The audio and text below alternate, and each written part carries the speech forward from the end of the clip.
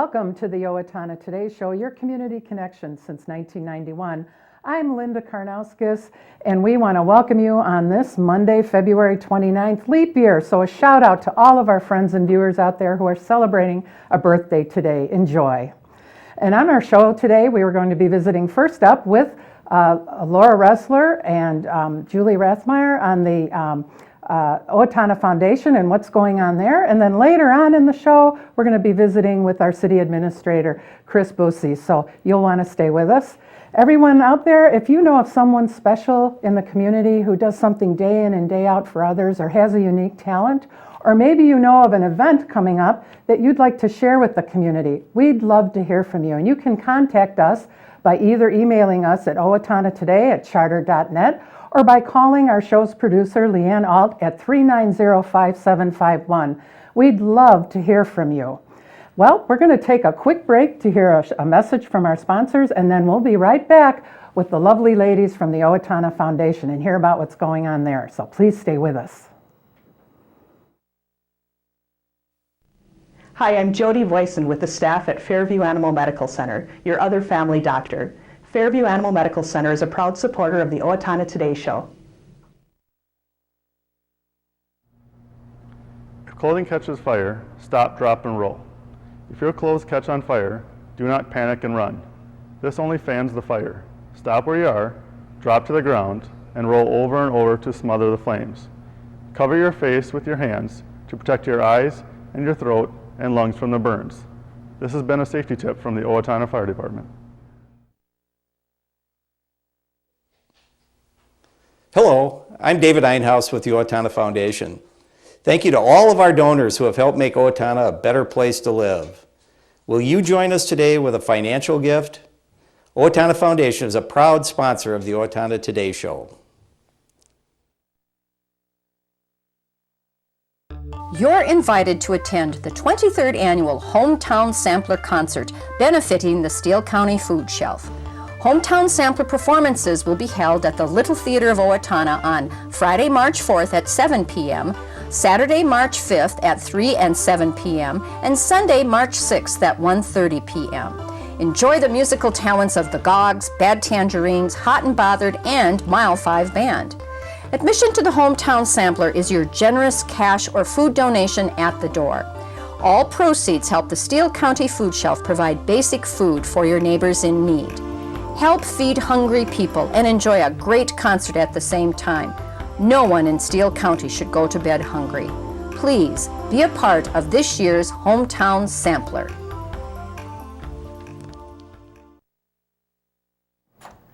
Welcome back to the Owatonna Today Show, your community connection. And we're here with none other than Laura Resler from the Owatonna Foundation and Julie Rethemeier. Welcome, ladies. Hey, good morning. Thank you. Good morning. You have all kinds of news to share with us today. So, Julie, I think I'll pick on you first since you're closest to me. All right, that would be great. First off, though, happy birthday to the Owatonna Today Show. Reminded that it's 25 years, so thank you for the good work that you guys have done in the community and making people aware of things going on. And that's why we're here today from the Owatonna Foundation to let you know about an upcoming event.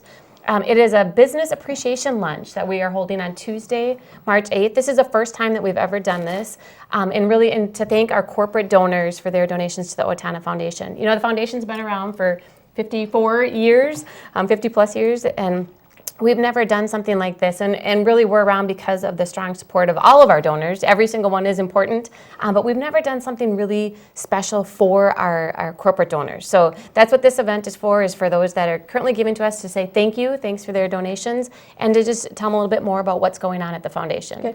One of the things I've read that you're trying to, in doing this luncheon, that you're trying to communicate is also thank you to our contributors and also find out how you can better serve them. Right. So we want to say thank you. That's first and foremost on our agenda. We're going to have a couple people speak. Jeff Fetters, who's our chairman and president and CEO at Federated Insurance, is going to talk about why does Federated give as a large corporate donor. We're going to have Bob Watering, who is a dentist in town. He's going to speak about why, as a small business owner, why does he give. Tim Trulson from the city is going to talk about, they've been the recipients of some of the funds, what that's meant to them. So we're going to do all of that, but then we also want to ask the people in attendance, kind of their thoughts. Do we give them enough information? How could we do a little bit better? So it's going to be a little bit of a feedback session as well. So we're really looking forward to that. And we're keeping it to 1 hour. I mean, so we know how busy our corporate donors are, and we really want to respect their time. So it's from 12 to 1. So we're going to have lunch, speakers, appreciation, and ask for their feedback all in 1 hour. And when you say you would like to talk with them and find out how you can better serve them, could you shed a little more light on what that question entails? Well, I would say not better serve them, but just how can the Owatonna Foundation better serve the community? And as corporate donors, what are they looking for? Do they feel like they have enough information from us on the things that we fund? Because really in the community, the projects that we fund really benefit the whole community. And as employers, it's helping them attract employees to the area. So we want to make sure that they're aware of what we're doing. If they have input on maybe some of the projects that we're funding, we'll take that into consideration. But just make sure that they know what we're doing. Oftentimes, even as a corporation, and I can speak to that side of things as my role at Federated, you don't always know, you fund some of these things, but you don't always know what really is being done, and we really want to educate our donors so that they feel like they have a good appreciation, good understanding, and can give us some input on where we're going and what we're doing. So I would say to show them they're appreciated, but at the same time to let them know you respect their giving and their dollars, and so it's important to... Absolutely. We couldn't do what we do without every single one of our donors, and our individual and corporate, but corporate donors are extremely important to us. Right, and the foundation covers such a broader range of items and issues. It's just amazing to me personally. So, well, kudos. And let me ask you, what is your role in the Owatonna Foundation? I am one of the trustees. There are 35. 35, I was going to say 35. I'm trustee, so I'm one of the trustees on the foundation. I've been on there for about a year now. So talk about a wealth of experience and just wisdom and longevity and just wonderful, wonderful people that I get to serve with. And kudos for you. You stepped up and said, this is what I think we need to do, and you're spearheading it. And right. Our fundraising committee, there's a group of us that had talked about it, and it's been in the works and planning for about a year now. And Kent Keenholtz and I are two of the trustees that are kind of taking charge and running with this one. So, well, thank you for doing that, because it Absolutely. ensures the giving, and maybe we'll encourage others to get on board. Exactly. That's great. And that's so, always the goal. Are you giving away what you're having for lunch? Nope, it's a secret. Okay. Yeah, there you go. So secret that I'm not quite sure. Oh, okay. You also said that there'll be some discussion on why they give and how the foundation has positively impacted the community. So you'll relate that in your presentation. Absolutely, yes. We'll give some, history back to our mission, the projects that we've supported, really where our roots came from, which was a lot of, individuals, but from their corporations and why they chose to give. So, we'll give, a brief synopsis. We're not going to go too deep since it's just 1 hour, but we'll definitely want everybody to leave with a firmer understanding of who the Owatonna Foundation is, and to hopefully feel good about why they're giving, and we'll continue to give. Well, thanks for doing that. Well, and I just, Julie, I think you raised a really good point one time about why a corporate donor benefits from the foundation administrating their gifts, and maybe you want to share that, because I think that's just something that the public would need to know too, when you... Go ahead, because I really was impressed by that when you brought that up. Right, so the Owatonna Foundation, part of our role is not just to give out the money, but to really look at the projects in depth, to really make sure that we're doing our due diligence with the money that's being spent, and overseeing some of the project in that way, and making sure that the right bids are in, and where's the money, and not giving the money until the certain project has everything in. And as a corporation, that's hard for us to do, to manage that minutia detail. We tend to just give the money, and so it's been helpful for us to be able to give to some of those capital types of projects that require more of that. As a corporation, we can give to the Owatonna Foundation and ensure that it's being well spent, and that they're overseeing how those funds are being used, and when they give the dollars and that kind of a thing. So that's been very beneficial for us. And one of the reasons why Federated Insurance gives to the Owatonna Foundation. Extra due diligence. Right. That a corporation just doesn't have the time to do, but you want to give to the project. So Well, that's really good to know, and I appreciate you sharing that, and I'm sure our viewers do too. So Laura, you've been kind of quiet over there, so we're going to get you... That's to count your blessings. So Laura, you're going to be talking, will talk with us about the upcoming grant and scholarship deadlines? Right, as we get into spring, then we start hitting our scholarship and grant deadlines and scholarships for graduating seniors, and that would include OHS, the Eagle Academy, and the Owatonna Christian School students for this year. They are eligible to apply for our scholarship program, our traditional scholarships. And each year the foundation awards $30,000 in traditional and non-traditional scholarships. So it's a great program, and we really want to get the word out. All the applications are on our website. And this year, to try to be more inclusive, we added instructions in Somali and Spanish. So we have, instructions in 3 languages now. And since 1995, $486,000 has been awarded to over 400 recipients. So we're just, hoping to get that word out. And then the non-traditional deadline, and that's for people that are going back to school, maybe a single mom or a person that's been out of the work, place and wants to go back.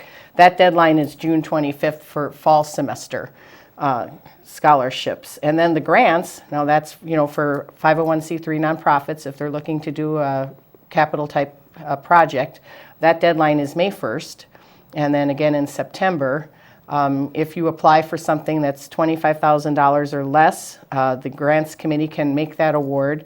If it's $25,000 or more, then the full board of trustees votes on it under the recommendation of the grants committee. Okay, can you give our viewers just a slight example of some of the grants that have been issued for capital projects? Well, in the last few years, they did the hospitality house roof. The playground equipment at Lincoln School was just installed this last year. WePals is getting a new kitchen remodel due to health code changes. Scoreboard out at Darts Park this past year. So, and then in the past, History Center, Water Park, the trail system. They're doing the dugouts. They're redoing the dugouts at the Fairgrounds Ball Diamonds, and so we're partnering with them on that as well. And I don't think the work by the foundation and others goes unnoticed, because I have people that come in to see me from out of town, and they always comment on what a vibrant and beautiful community it is. So yes, we are very blessed. Your work's always appreciated. And I just wanted to comment on non-traditional scholarships. What is the requirement for that, just quickly, for those out there that... Well, you have to be a returning student, a resident of Steele County. Now you're putting me on the spot. See, and all that's on the website. But we also have a new scholarship that's sponsored by June and Melanie Nelson for women, and so that would be one for people to look up to on the website. So go to our website. That's Go to our website. It's a great website, I want to add. And look at their motto. It's a very good motto. So thanks, ladies, for joining us, and we appreciate all you do for our community. Thank Have you. a good Thank week. you. And we'll be right back. We're going to hear a message from our sponsors. Please stay with us. Did you know there are families in Steele County that go to bed hungry every night? This is Stormy Traum, Director of the Steele County Food Shelf, reminding you that March is Minnesota Food Share Month. So far this year, we have provided food to over 1,086 Steele County households, and the need continues to grow. Please help us keep our shelves stocked with nutritious food and donating money or food items to the Steele County Food Shelf. Our goal is to raise $100,000 this March. No one in Steele County should have to go to bed hungry. Thank you for your generous support of the Steele County Food Shelf. Hi, my name is Dave Efforts with TPS Insurance. We're here to handle all your insurance needs. We are a very proud supporter of the Owatonna Today Show. I didn't just want another job, I wanted a career, so I expressed myself. I was new to town and I didn't know where to turn for a job, so I decided to express myself. I decided to express myself, and they helped find the right career for me. Express Employment Professionals is in contact with thousands of companies in need of quality employees. Come in now and get the job you deserve. Express yourself today.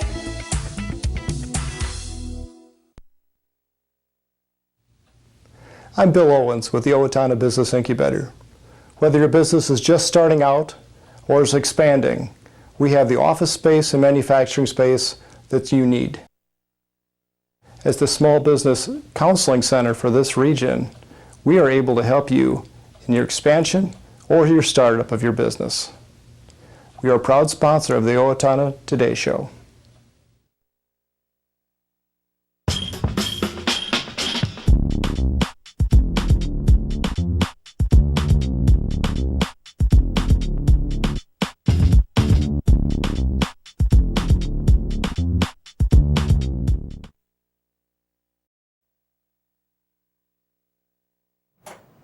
Welcome back to the Owatonna Today Show, your community connection.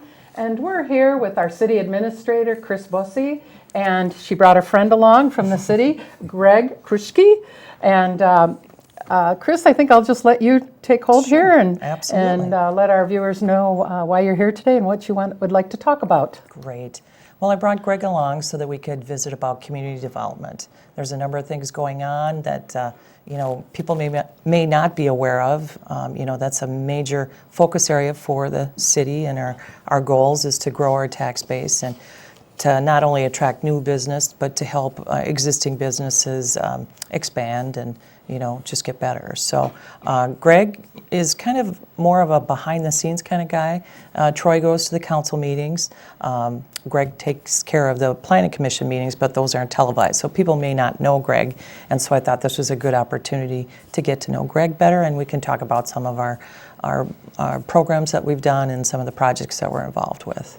So a lot of talented, wonderful people behind just the faces we get to see in the community. So, Greg, tell us a little bit about yourself. We're so glad to have you here. It's your first time with us? Yep, it's my first time here. So my name is Greg Kruschke, Community Development Specialist with the City of Owatonna. I've been here, it'll be about 4 years in April.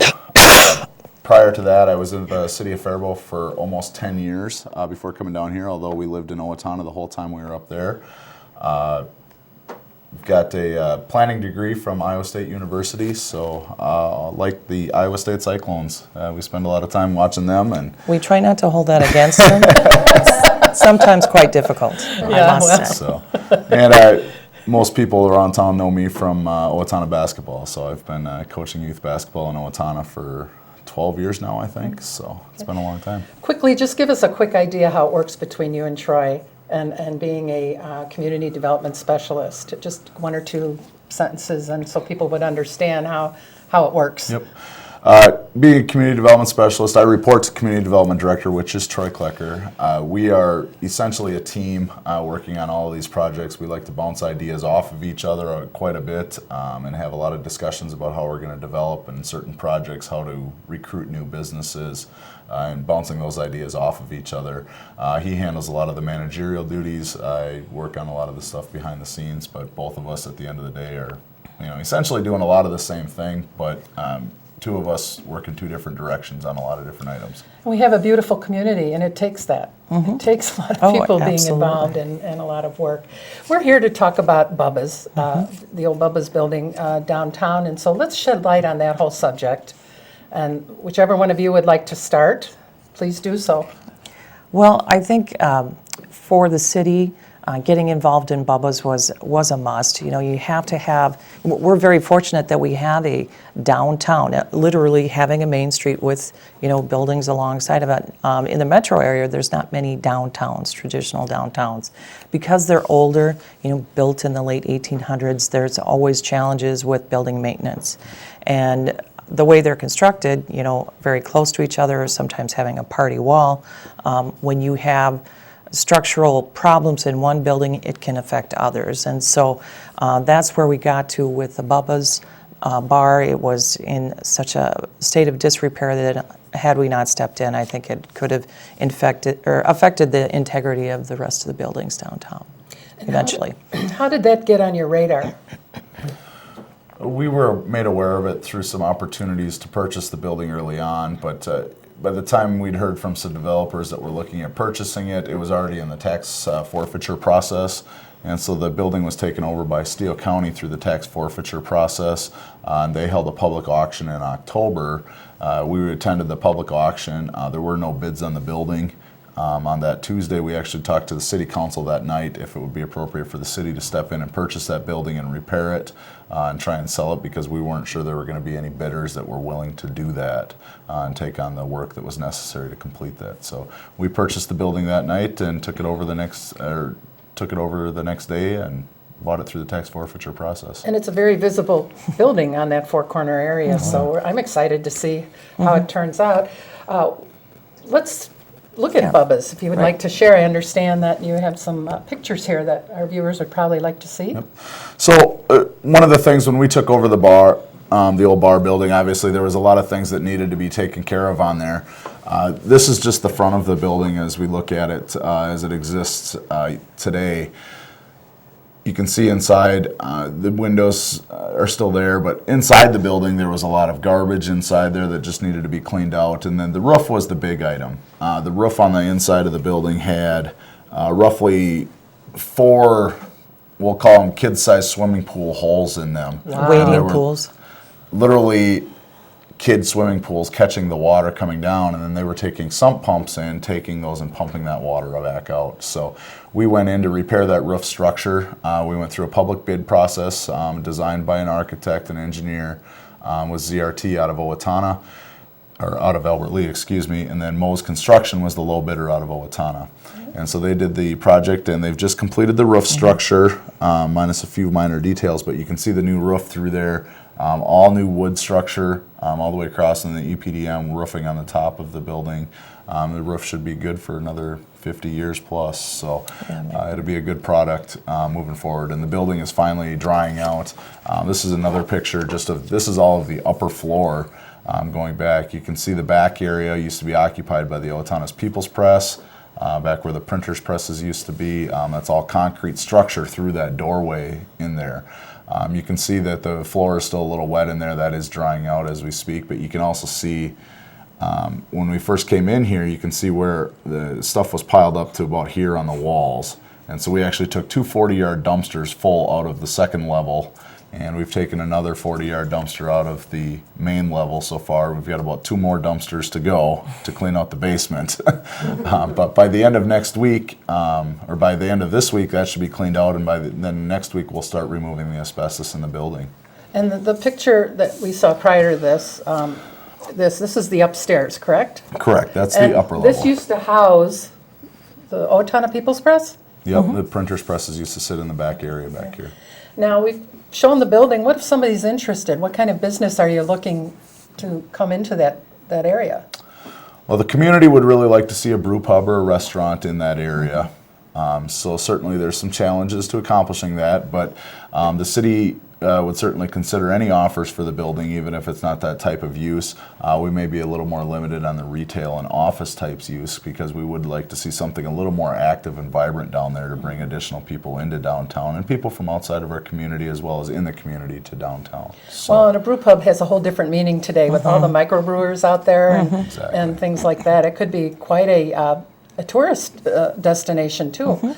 A lot of people that are interested in brewing and tasting and things, they visit around and try the different brew houses, so to speak. There's Absolutely. wine tours and there's brewery tours as well. So yeah. Would they contact Troy if they were yeah, interested? so if they were interested, they could contact myself or Troy Klecker, or even Kris for that matter. They can get a hold of any of us, and we would certainly take through the process to be able to do that, and work with them on completing sale of the building and with what the proposed use would be for that building. And our city is looking good, and it always has, and there's a lot of planning and a lot of things that go into that. Let's talk about our planning committee. And Can I mention one more thing on Bubba's Sure. quick? One of the things that we were able to do with Bubba's to try and raise some more money for this project was we did walk through with A+ Online Auctions, and they are going to be auctioning off a lot of stuff starting the week of March 15th from inside Bubba's. So if anybody is looking for any materials on there, that'll all go back towards the city and helping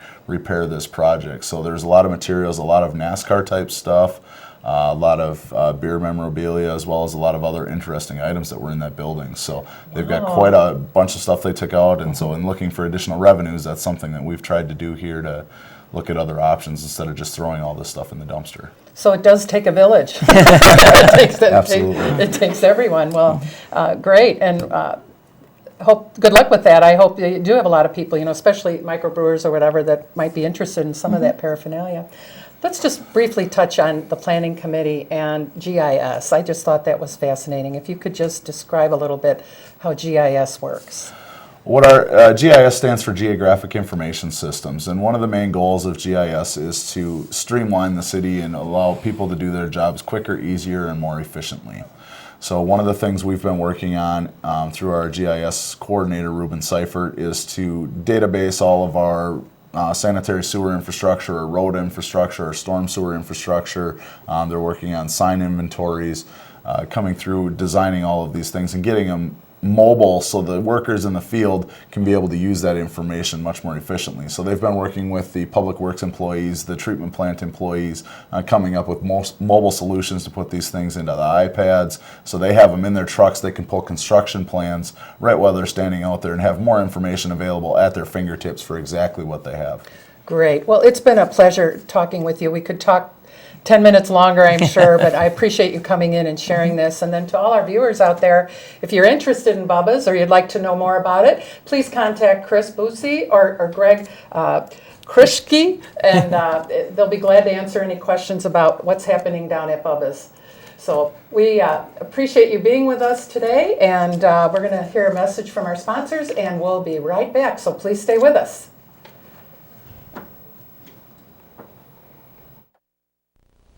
Hi, Warren Abraham, Abraham Consulting Technologies, your one-stop technology shop. We support the Owatonna Today Show.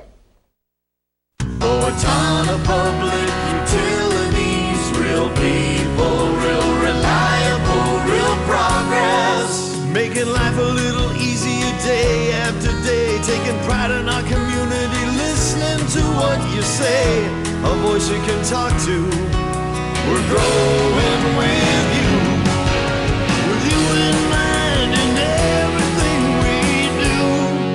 Owatonna Public Utilities. Welcome back to the Owatonna Today Show, your community connection, and it's that time to find out what's going on in your community. So bear with me as I read these to you. The 2016 Owatonna Eagles Cancer Auction set a new record again this year, and it was about $42,000. Wow, that's great. And the money raised this year goes to area cancer research organizations at the Mayo Clinic and the Hormel Institute. Well, Tuesday, March 1st, 2016 at 6:30 to 8 p.m. is the Steele County DFL Caucus. It's going to be held at the Owatonna Junior High School, so you won't want to miss that. And then also the Steele County Republican Caucus will be Tuesday, March 1st, 2016, Super Tuesday, and Owatonna High School Gymnasium at 33 East School Street, Owatonna, and the time will be 6:30 p.m. Registration begins, and a photo ID is encouraged. Owatonna Hospital and Mayo Clinic Health System Owatonna are sponsoring a free information session on hip and knee pain, surgical alternatives, pain management, rehabilitation, and more and you can hear about more on Thursday, March 3rd, 6:30 to 7:30 p.m. at the Mayo Clinic Health System Owatonna conference rooms. Register by calling 507-668-2234. And then coming up this weekend is, of course, none other than the Hometown Sampler concert series, and that will be Friday, March 4th at 7, Saturday the 5th, 3 p.m. and 7 p.m., Sunday, March 6th at 1:30 p.m. It'll be held at the Little Theater of Owatonna in the West Hills Complex. Well, that's all we have for today, and we want to thank you for joining us and hope that you will join us again on Wednesday when we'll have the United Way Preschool Transportation Initiative here, and we'll also be talking with Stormy from the Steele County Food Shelf on the March Food Share Month. So we'll see you then, and have a great day.